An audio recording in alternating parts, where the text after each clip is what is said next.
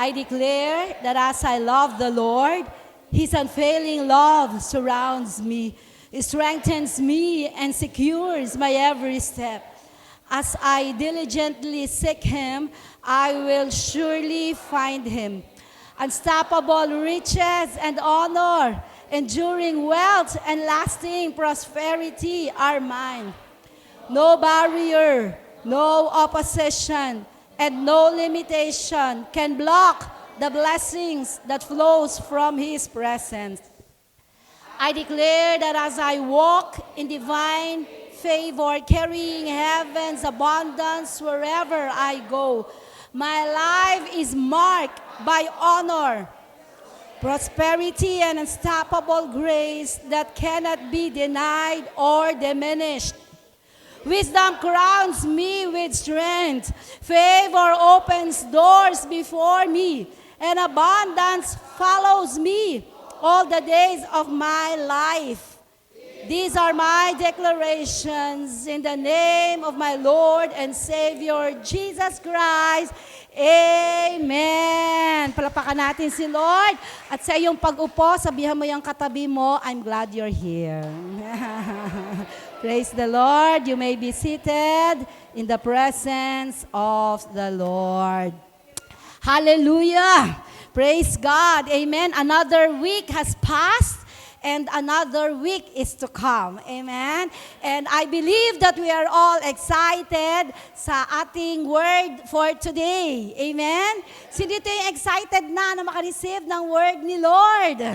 Amen. Praise God. Ang ating theme for this month is Faith Fueled by Fortune. Tama ba, Daddy Bishop? Faith Fueled Fortune. Ayan. Faith Fueled Fortune. So God is so good that God is aligning us through His Word. Amen.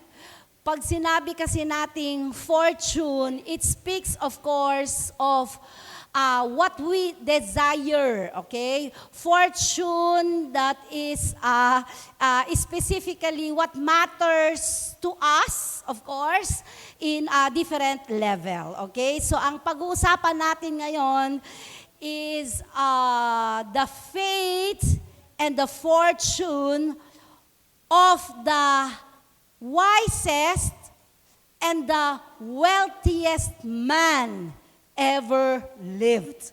Okay? So according to history, according to record, and according to the Bible as well, okay? So there is this one man who lived. Okay? The wisest man. In fact, he was the author of Proverbs, Ecclesiastes, and Songs of Songs. Okay, so we are talking about the man named Solomon. Ayan, so praise the Lord. Alam nyo, ang tao naman talaga ay mayroong size ng utak. Diba? May size ng utak. And then kapag kayan ay tiningnan scientifically, talagang ang daming mga wire, ang daming mga cells, ang daming mga connections. In fact, alam ko familiar tayo, di ba, na kapag sa atin mismo, sa sarili natin, kapag inisip mo, itataas ko ang aking kanang kamay, may itataas natin, di ba? Ang kaliwang kamay, may itataas natin, di ba?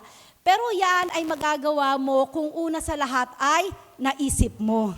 Di ba? For example, may isang katabi ka na kumakain. Kahapon kasi nandun kami sa Bicob anniversary. And then nung lunchtime na, di may pagkain, pero may baong kasi akong bagoong. Yan. So paglabas ko ng masarap na bagoong sa lamesa, lahat sila, ang sarap naman ng manggang hilaw. Yung kaagad ang naisip nila, di ba? Nung nilabas nila yung bagoong, lalo na nung binuksan ko yung bagoong, sabi niya, ang sarap naman. Parang ang naiisip na nila ay manggang hilaw. Sabi pa ni Pastora Carmen, oo nga, yung malutong-lutong. Di ba? Akalain mo yon, nakita lang yung bagoong, nangangasim na.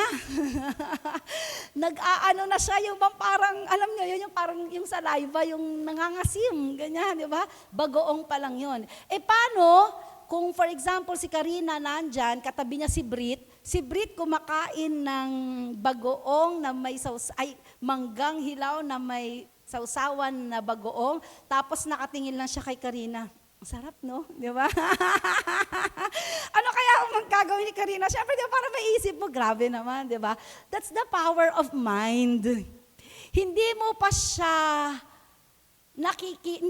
nararamdaman, pero nakikita mo na, di ba? I mean, hindi mo pa naaangkin, pero nakikita mo at nararamdaman mo na. Amen? Amen? Kaya nga sabi ng Hebrews 11:1, faith is being sure. Can say it with me, sure. Come on, say it. Sure. Of what we hope for and certain of what we do not see. Yan ang sabi ng Hebrews 11:1. Ibig sabihin, hindi mo pa siya nakikita, pero nararamdaman mo na. Diba? Yan yung faith. Okay? Yan yung pananampalataya. Alam nyo, nung nagtinda po kasi kami ni Daddy Bishop sa palengke for 5 years. Nagtinda kami ng baboy at saka baka. Yan, nagtinda kami. Meron dong isang, alam nyo ba yung sa palengke kasi, marami dyan yung nagpapahulugan. Yung mga nagpapahulugan, di ba? Payong, kung ano-ano yan. Meron dong isa, hindi ko alam kung matatandaan mo to, Bishop, Apostle. Meron dong isa na nagpapahulugan, mataba siya talaga, mataba. Nagpapahulugan siya. Tapos, minsan, pagpunta niya, kasi dati pagka pumupunta siya doon, parang naka-t-shirt lang, nakaganyan lang, kung ano lang suot niya. Pero minsan, araw-araw mo kasi siya makikita, dumadaan siya. Minsan nakita ko siya, nakatakin, as in nakatakin siya. Tapos, nakita niyo yung mataba, tapos nakatakit, tapos lakad siya na lakad. Ganyan. Tapos sabi niya, ganyan, sabi ko, ang ganda mo ha. Sabi niya, uy, ang ganda mo ngayon. Sabi niya, oo, kasi pa-sexy na ako ng pa-sexy. Yung totoo, sinabi niya, kasi pa-sexy na ako ng pa-sexy, kasi nagda-diet na ako. Okay, ganun lang din ako. Pero alam niyo ba, araw-araw dumadaan siya. Di ba? Araw-araw naniningil siya, dun sa may mga pautang siya. Alam nyo, guess what? After a month, ano na itsura niya? Alam nyo, ang sexy niya na talaga. After 2 months, ang sexy niya na talaga. Pero nagsimula yon sa isip niya. The way she moves, the way she dressed. Di ba? Kasi wala pa dun yung kaseksyan ng katawan niya, naiisip niya na, ginagawa niya na. Di ba? Sabi ko, alam mo, sexy ka na talaga. Siyempre, kasi kinakain ko na ang kinakain ng mga sexy. Dinadamit ko na ang mga dinadamit ng sexy. Ibig sabihin, hindi pa siya payat, pero ang kain niya pang payat na. So, ganun pala, no? Di ba? Kasi inisip mo na, gagawin ko na to. I-research mo na, ano bang ginagawa ng mga, o kaya kunyari, gusto mo maging talagang, Lord, di ba, gusto ko maging athlete, maging winner. Abay, tingnan mo na kung anong discipline ng mga winner. Simulan mo nang gawin, di ba?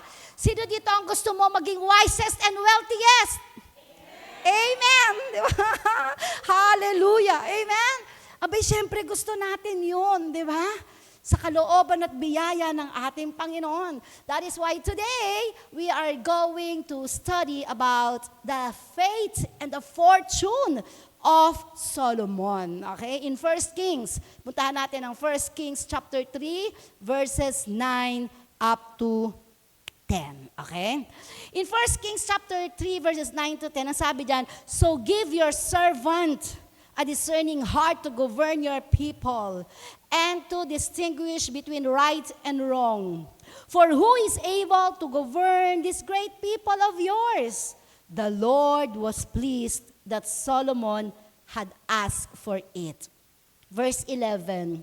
So God said to him, since you have asked for this, and not for long life or wealth for yourself, nor have asked for the death of your enemies, but for the discernment in administering justice, verse 12, I will do what you have asked. I will give you a wise and discerning heart, so that there will never have been anyone like you, nor will there be.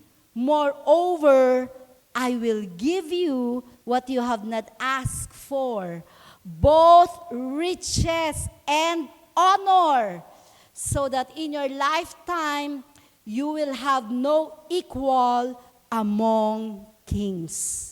Praise God for the reading of His Word. Nais ko lang pong first and foremost, ulitin po sa atin ang verse 12. Ang sabi po ng verse 12 dyan, I will do what you have asked. Okay? Ang sabi dyan ng Panginoon, okay Solomon, I will do what you have asked. Mga kapatid, lahat kayang ibigay ng Diyos. Can I hear an amen?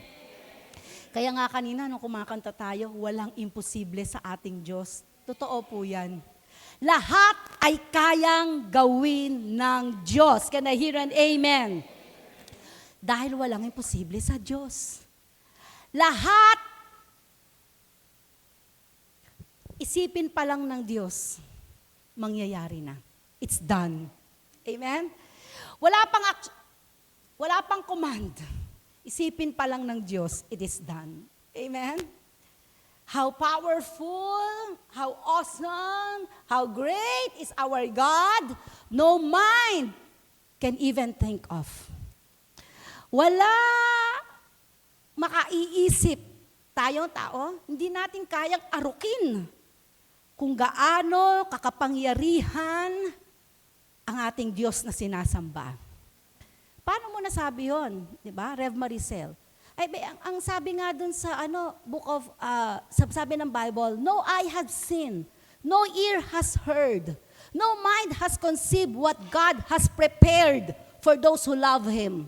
Yun pa nga lang inihahanda ng Diyos para sa iyo, sa akin, sa kabilang buhay, hindi na natin kayang isipin. Yung palang inihahanda ni Lord para sa atin na nagmamahal sa Diyos, hindi na natin kayang imaginein. Paano pa kaya ang kadakilaan at kapangyarihan ng Diyos? Wala. Kaya nga tayo, at times or most of the time, we are worshiping God, na kapag tayo ay nagpupuri, nagpapasalamat sa Diyos, napapaspeaking in tongues na lang tayo. Diba? Kasi no really human words are enough to fully worship the living God. Kaya tayo, as we worship the God, we should always give our best worship unto the Lord. Ha? Kasi yun ang tatanggapin ng Panginoon. Kasi yun ang kakayanan natin. Amen? Lord, ito yung kaya kong gawin. Ibinibigay ko sa inyo lahat ng kaya ko. Kasi higit pa dyan ang karapat-dapat para sa Diyos. Amen? Can I hear an amen? Ganoon, kamakapangyarihan, kadakila, hindi lang ganoon. Yung salita ko kasi ay kulang pa upang i-describe, ha? Kaya ang ating Diyos ay Diyos na mapagkakatiwalaan. Amen? Palakpakan natin ang ating Diyos. Thank you, Lord. Hallelujah. Solomon asked for wisdom and God gave him not only wisdom but also wealth, honor, and prosperity. Amen? Unang-una na kailangan nating gawin as we, study and pray and desire, Lord, give me wisdom, give me wealth, fortune. We need to ask. Because faith begins with a request. Kasi yun nga ang sabi ng Hebrews 11:1, di ba? Faith is being sure of what we hope for and certain of what we do not see. Hindi natin kailangan ng faith sa mga bagay na hawak mo na. Hindi mo na kailangan ng faith sa mga bagay na nakikita mo na o nararanasan mo na. No need. Amen? Kaya nga kailangan ngayon habang nandito tayo sa mundong ito, we need to exercise faith. We need to practice faith. Sa heaven kasi, nakikita na natin, ando na, that's the reality of it all. Kaya dito pa lang sa lupa, gamitin na natin, i-exercise na natin ang faith natin kay Lord because it is what pleases Him. Can I hear an amen? Because faith pleases the Lord. Amen? Diba sabi nga ng Bible, abay, mas mapalad ang mga taong nananampalataya sa akin, gayong hindi nila ako nakikita. Amen? We are blessed. Sabihin natin lahat, we are blessed. Thank you, Lord. Amen? Yun ang nais ng Diyos. Yun ang nais ng Diyos na makita sa bawat isa, na tayo ay humihiling ng may pagtitiwala at buong pananampalataya. Amen? Amen. Kasi the more tayong humihiling sa Diyos, the more nating ipinakikita sa ating Diyos na, God, I need you. Lord, kailangan kita sa oras na to, sa pagkakataong ito, sa buhay ko, kailangan kita. Totoo ba? Hindi naman natin kaya talaga, pagising pa lang natin sa umaga, hindi mo kayang gisingin ang sarili mo kung wala ang biyaya ng Diyos. Sa pagtulog mo sa gabi, kung wala ang biyaya ng Diyos, hindi rin tayo makakatulog. Amen. Sa maghapong ito, sa kalakasan natin sa araw-araw, yan ay biyaya ng ating Diyos. Amen. Solomon didn't ask for riches or fame. He asked for wisdom. True wealth starts when we ask God for what pleases Him, not just what pleases us. Faith asks for God's best, not man's gain. Amen? Kaya nga pinapaalala sa atin, Matthew 6:33, seek ye first the kingdom of God and His righteousness, and all of these things shall be added unto you. Una mong saliksikin o iuna mo ang Diyos at ang kanyang katuwiran sa araw-araw. Amen? Seek ye first the kingdom of God. Lord, your will, your kingdom, your desire, your plan. And as the more we seek the will of God, the more we want God in our life. The more natin gugustuhin ng Diyos, the more nating mamahalin ng Diyos, the more nating nanaisin ng Diyos. Ano ang kasunod nun? And all of these things, hallelujah, shall be added unto you. Additives lang ang mga prayer request natin kay Lord. Sa pagkain, flavor lang yan. With or without that, seek ye first the kingdom of God and His righteousness can stand alone. Are you with me, church? Amen? Kaya yung mga hinihiling natin sa Diyos, napapangiti na lang si Lord. Anak, kayang-kaya kong ibigay yan. Amen? Ako ang kailangan mo. Amen? Ako ang nais mo. Ako ang kailangan mo. Amen? At lahat ng yan ay kaya ko ibigay sa iyo. Amen? Palakpakan natin si Lord. Thank you, God. Thank you, Lord. Kaya nga nung kami ay naalala ko yung nasa hospital si Daddy Bishop na nasa COVID siya. Nung sinabi niya sa akin, Mahal, wala na tayong magagawa. Kasi, sometimes we trust in men, we trust in doctors, we tend to listen sa bawat steps. Actually, lahat nga ng sinasabi nila, ginagawa, di ba? Pakainin ng asin. Ganun yung mga pinapaano sa amin. Biri mo isang kutsaritang asin, ipapakain kay Daddy Bishop kasi nag-aano siya sa salt. Araw-araw, di ba? Lahat ginagawa, di ba? But when you come to that point in time, sabi niya sa akin, Mahal, wala na tayong magagawa. Mag-worship tayo sa Panginoon. Amen? Wala na tayong magagawa, mag-worship na lang tayo kay Lord. Kasi next in line na siya, tutubuhan na siya, di ba? Wala tayong magagawa, mag-worship na lang tayo sa Panginoon. Alam nyo, when that time na nag-worship kami sa Panginoon, we believe touch the heart of God. Amen? Yun yung seek ye first the kingdom of God, and all of these things shall be added unto you. Pinaalalahanan din tayo sa James chapter 4, verses 2-3. You do not have because you do not ask God. Ha? Abi, parang sinasabi, kaya wala ka, hindi ka humihiling sa Diyos eh. Di ba? Kung ano yung wala ka, kakulangan mo, inaantay ni Lord. Inaasahan ng Panginoon na ihihiling mo yan sa Kanya. Are you with me, church? Amen? I-assess yourself, Lord, anong kailangan ko, Lord? Ibigay mo sa Panginoon, sa lahat, sa panalangin. Amen? Minsan nga talagang, di ba, sino dito yung nag-pray ka, Lord, heal me, di ba? Ganon, di ba? Lord, pagalingin mo ko. Pagtatanungin ka, ano sakit mo? Hindi ko alam, basta alam ng Panginoon. Amen? Is it true? I mean, most of the people, Nadidetect lang naman nila yung sakit nila kapag lumabas na yung symptoms eh. Di ba? Pagka may symptoms na, saka pa lang nakikita yan. Saka pa lang magpapacheck up. Pero hanggat walang symptoms, hindi yan magpapacheck up. Because we know, walang symptoms, walang sakit. Amen? Kaya tuwing mananalangin ka, Lord, pagalingin mo ko. Bawat abnormal na cell ng katawan ko, pagalingin nyo. Lahat ng hindi normal na daloy ng dugo ko, pagalingin nyo. Kaya dapat ang panalangin natin, all the cells of my body in the name of my Lord Jesus Christ, be normal, be healthy. Bawat cellula, bawat daluyan ng aking dugo, bawat organ, bawat system, 11 systems, body systems that we have, integumentary, lahat yan, ibigay mo sa Panginoon. Bawat organ, bigay mo sa Panginoon. Amen? Kasi alam ng Diyos ang lahat sa atin. Lahat hindi lingid sa Kanya. Amen? Praise the Lord. So bakit daw hindi tayo nagkakaroon? Because we do not ask God. Kaya ang sabi ni Lord, humiling ka. Matthew 7:7, di ba? Ask and it shall be given. Seek and you shall find. Verse 8, knock and the door will be open unto you. For anyone who asks receives. He who seeks finds. And to him who knocks, the door will be opened. Amen? Yun ang hinihintay ng ating Diyos. At ang sabi ito, when you ask, you do not receive.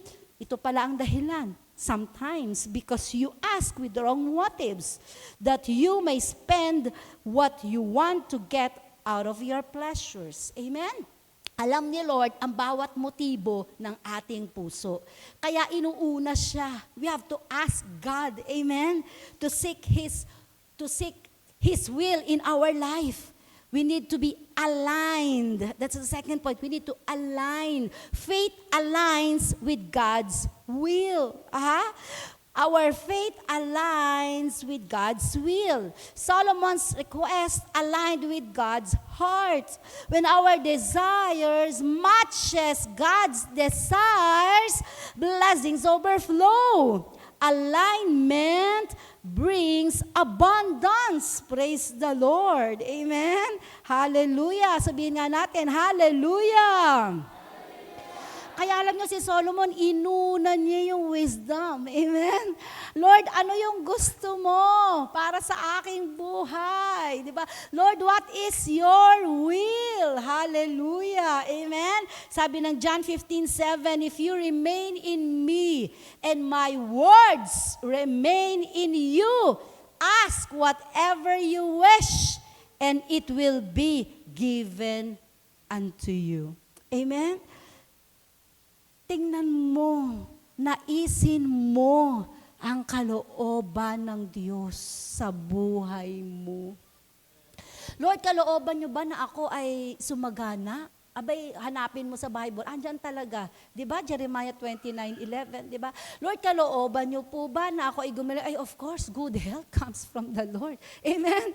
Lord, kalooban niyo po ba na makakilala ang aking Panginoon? Of course. Amen? Acts 16:31. Amen? Lahat ng mga hinihiling natin sa Diyos, Lord, kalooban niyo po ba ito? Abay, kung iyan ay para sa kalooban ng Panginoon na aayon sa kanyang salita, it is a yes and amen for the glory of God. Amen. Kapag tayo'y mananalangin, di ba? Lord, kalooban niyo po ba na ako'y makapag-asawa? Ay, sa tingin ko kalooban, it's not good for man to be alone. Amen? Amen. Lord, kalooban niyo po ba na ganito? Abay, tingnan mo ang salita ng Diyos. Nahayon sa salita ng Diyos. Amen? At alam nyo, God will give the desire of your heart. Amen? Excited ka na ba sa mga answered prayers mo? Amen? Hallelujah. Amen? So really have to watch ourselves. We have to really watch the way we think, the way we act, the way we decide. Hallelujah. Amen? Praise God. And number 3, abundance. Faith attracts overflow. Amen?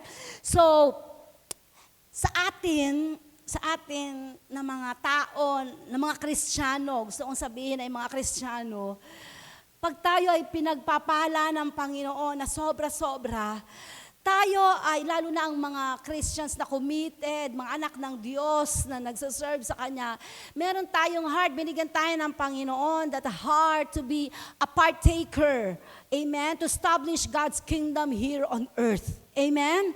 Lalo na dito sa ating church, tayo ay talagang naturuan salita ng Diyos that the way we give unto God, our worship, our honoring to God, and of course, our honoring to the man and woman of God. Amen? So I believe na pag tayo ay lubusang napagpala ng Panginoon, hallelujah, amen, God's kingdom, it will be a part, it will be an answer, a part of the answered prayer for God's kingdom to establish here on earth. Amen?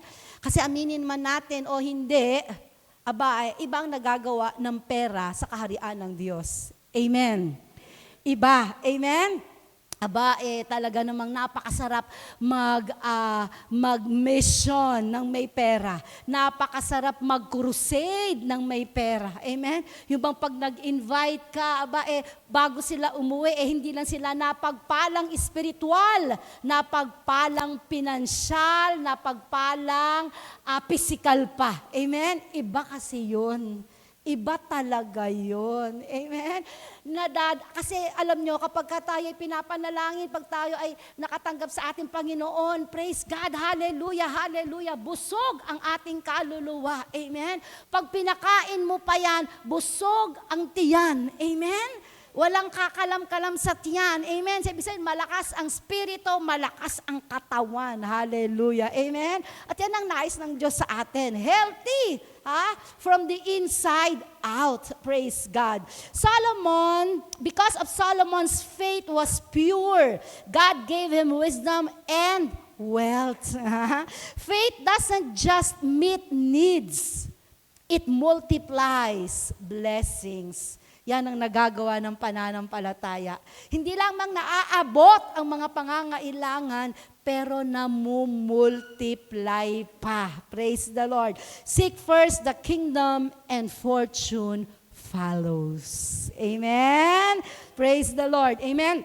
So alam natin yan, pag na-please natin si Lord, amen, hallelujah, when we capture the heart of God, hallelujah, alam nyo, ang nais ng Panginoon talaga abundance. Kahit siya, nung nagpakain, napansin nyo ba, palaging may sobra.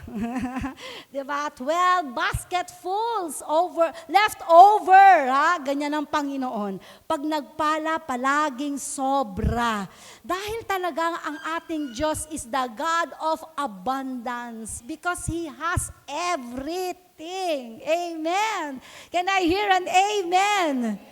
Ang nais ng Diyos talagang masagana. Hallelujah. Kaya nga ang heaven napakaganda. Amen. Hallelujah. Kaya nga ultimong road doon ay gold. Pwede namang hindi, pero si Lord, because He is the God of abundance, ultimong lalakaran natin doon ay lantay ng ginto. Hallelujah. Amen. Because God owns everything in it. In the book of Psalms, the earth and all who lives in it are mine, declares the Lord. Hallelujah. Amen?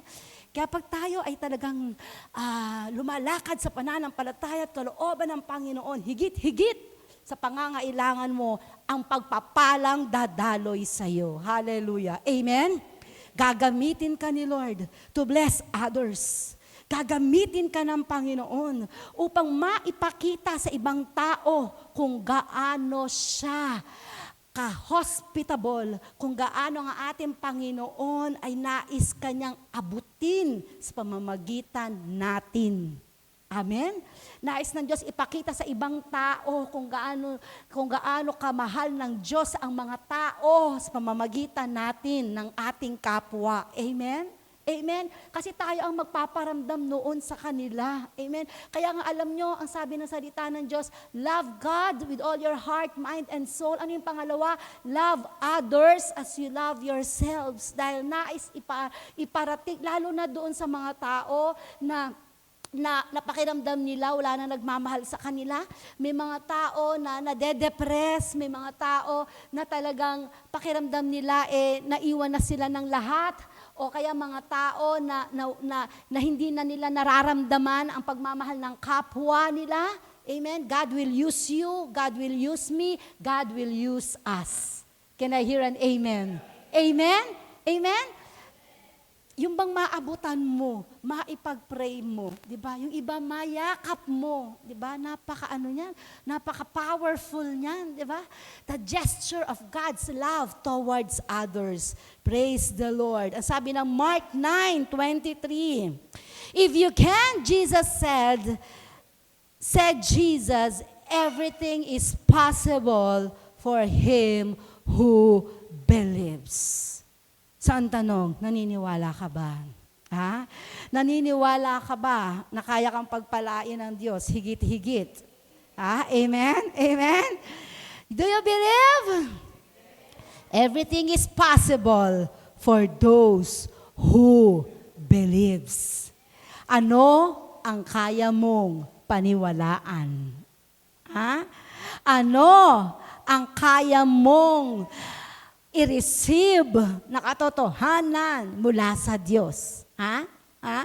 Kung ano man yon ang mapapa sa'yo. Hallelujah. Amen? Praise the Lord. Ha? Sino dito yung handa na sa masaganang pagpapala ng Diyos? Sino dito yung handa ka na? Grabe, anointing overflows in your life. Riches and honor overflows in your life. Hallelujah. Amen. Praise the Lord. Thank you, God. Praise the Lord. And lastly, authority. Faith establishes influence. Faith establishes influence. Solomon's wisdom made nations seek him, bringing treasures and honor. Wealth wasn't just material. It was, listen, influence, respect, and legacy. Faith fuels favor that money cannot buy. Amen? Alam niyo ba kung gaano kayaman si Solomon? In the book of 1 Kings, chapter 10, verses 14 to 15, ang sabi doon, the weight of the gold that Solomon received yearly was 666 talents, not including the revenues from merchants, traders, and from all the Arabian kings and governors of the land. 1 Kings chapter 10 verses 14 to 15. Ang ibig sabihin niyan, yung mga nasyon sa paligid ni Solomon, nagbibigay sa kanya, binibigyan siya. Bakit? Ba't siya binibigyan? Out of respect. Alam nila kung gaano katalino to, kung gaano ang favor ni Lord dito, di ba? Amen. Abay talagang pinagpapala si Solomon. Alam niyo ba that 666 talents would equal approximately to 22,644 kilograms of gold annually.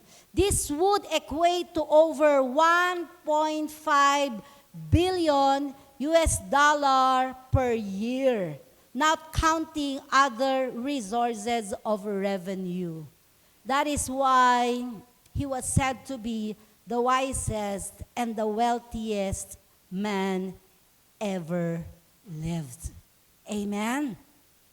So, our faith in the Lord establishes us for a greater influence. Amen? Our faith in the Lord helps us or establishes us the authority that comes from God. Hallelujah. The more tayong nananampalataya sa ating Diyos, the more nalalawakan ng Diyos. Hallelujah. Ang ating influence. The more na marami tayong mari-reach out for the glory of God. Amen. Amen. Amen. Iba ang taong may pananampalataya.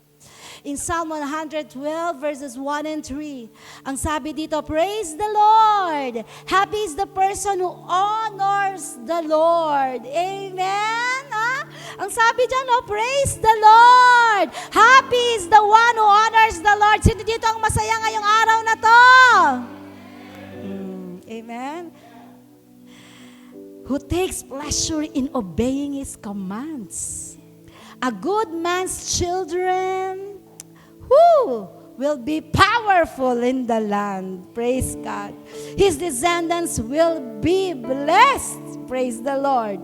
His family will be wealthy and rich. And he will be prosperous forever. Palakpakan natin si Lord. Hey, hey, hey. Kay Lord, my forever. Amen. Grabe! Alam niya ba ibig sabihin nito? Pagpapalain daw tayo ng Diyos, hindi lang tayo, pati yung ating next generation. Ang mga anak, ang mga apo, hallelujah! Our family will be wealthy and rich, and He will be prosperous forever. We need to hold on to this word. Bakit forever? Kasi mamatay man tayo sa mundong ito, itutuloy ang buhay natin to a more prosperous one. Amen? Higit pa sa buhay na mayroon tayo dito. Amen? Praise the Lord. Sabihin natin lahat, praise the Lord. Isa pa, praise the Lord. Kaya palang sabi dito, praise the Lord. Happy is the person. Hallelujah. Kaya atin mo sa katabi mo, sabi mo sa kanya, smile ka na. Happy, happy lang tayo. Amen. Praise the Lord. Amen. Thank you, Lord. Kahit anong sitwasyon, totoo yung sabi kanina dito ni Jing, kahit anong sitwasyon natin sa buhay, amen, we can always rejoice. Amen. Masaya, di ba? Kasi andun tayo sa loob ng kalooban ng Diyos. No circumstances can change that. Amen? The truth prevails. Hallelujah. Faith is seed, wisdom is the soil, and fortune is the fruit. Don't just aspire for the fortune. Just don't,